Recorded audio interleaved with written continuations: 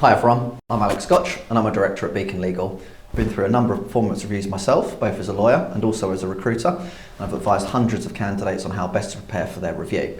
Approaching your review in the right way gives you the opportunity to reaffirm your contribution and value to the firm, to take on constructive feedback to develop your skills, and importantly, to set a clear plan for your development in the future. So we commonly hear that reviews are not given the attention they deserve by neither partners nor by lawyers. So with lack of time, this is the most common excuse.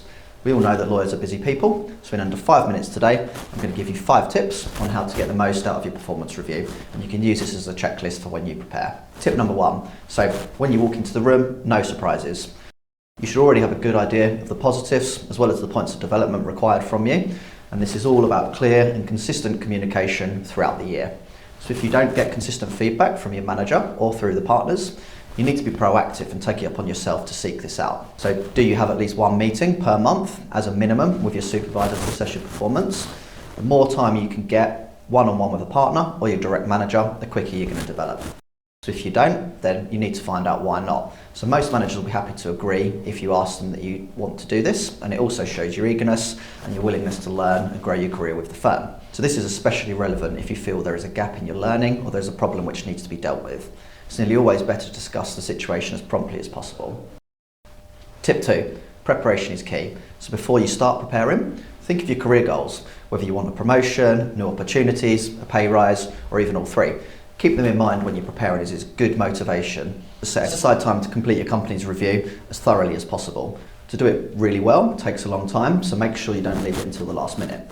Think of it as a tender document and a business plan all in one. It should clearly set out 4 main subjects, where your achievements for the previous year and use examples, what you want to improve and ensure you're honest and specific in your feedback, your financial results in the form of your annual billings against your targets, and importantly, your plan for the following year. So here's where you can set out what you want to achieve and ensure your career goals are aligned with the firm. Tip number 3, analysing your performance. So your end goal is to have a document which clearly sets out your overall performance and contribution to the firm. So there's 6 key features here which you should include to create a performance analysis document which is going to look good. So let's look at these in turn. The 6 areas are: number 1, using examples; 2, comparing against the job specification; 3, your leadership qualities; 4, client development; 5, knowing your billings; and 6, your development areas. So number 1, using examples of matters or cases which you've worked on. So a good technique here is to create a mini CV detailing your matters or your cases and your personal role which helped achieve a positive result. So number 2, compare your performance against the job specification. If your firm has a job specification for your role and even the role above you, you can compare your work against this document. So if you meet or exceed most areas, you should be flagging this during your appraisal meeting and discussing what you need to do to get that promotion. Number 3, be able to talk about your leadership qualities. So to become a supervising lawyer, you need to be able to train and mentor junior staff. In our experience, this is one of the areas where lawyers find it relatively difficult to articulate their achievement in this area. So can you do this? What's your management style? How do you resolve conflict? How do you deal with issues? How do you deal with sensitive client issues? So make sure that you can discuss all of these areas and use example to demonstrate your skills and achievements. Number 4, client development. So if you've received good feedback from your clients or even brought in new business, you should make sure that this is discussed in your review meeting. So we recommend creating a client development file where you can keep all of the positive emails and your feedback from clients as they're received, and then you can use this when you're creating your performance review document. So the ability to create and foster strong relationships is key to developing your legal career, and really this is especially relevant if you'd like to become a partner one day. Number 5, know your billings against target, and don't approach this as a job for the partner. Partners will value your initiative if you're able to analyse your financial performance against your targets, and it also gives you a clear indication of your value to the firm from a financial perspective. As you'd expect, being a significant contributor of revenue is a really powerful tool to be able to positively negotiate your rent package, so enter into promotion discussions with this information.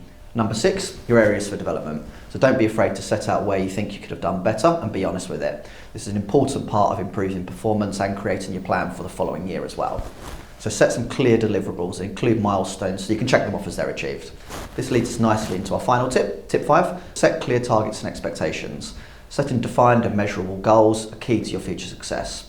Ensure that when you receive your written performance review, it contains your individual targets, both financial and non-financial, and ensure the targets are broken down into manageable periods. Your quarterly goals should focus on the granular detail and specific skills, such as your ability to demonstrate you can draft a sale agreement, and your yearly target should focus on the big picture, such as your ability to run an entire matter from start to finish with limited supervision. You should leave your performance review with your firm's version of SMART goals. So let's look at those in turn. S, specific, clear and understandable. M, measurable and results orientated. A, attainable yet sufficiently challenging. R, relevant to the target of the firm. And T, time bound with specific milestones. So that concludes our tips for today. If you can implement what we've discussed today, then you'll be in a really good chance of getting a good performance review and enhancing your future career. If you'd like tips to discuss this further, please do get in touch using the contact details below, and thanks for listening.